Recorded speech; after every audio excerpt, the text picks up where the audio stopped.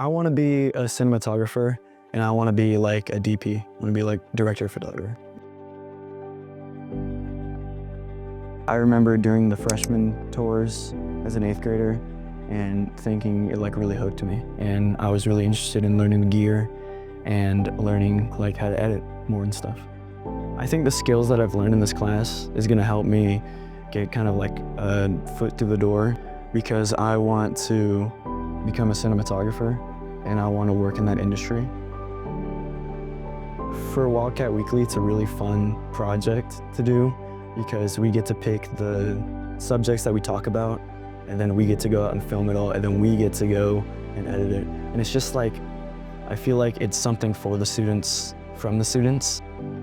I think that whatever you plan to do in CTE, I feel like you should be interested in it, and you should have fun in the class.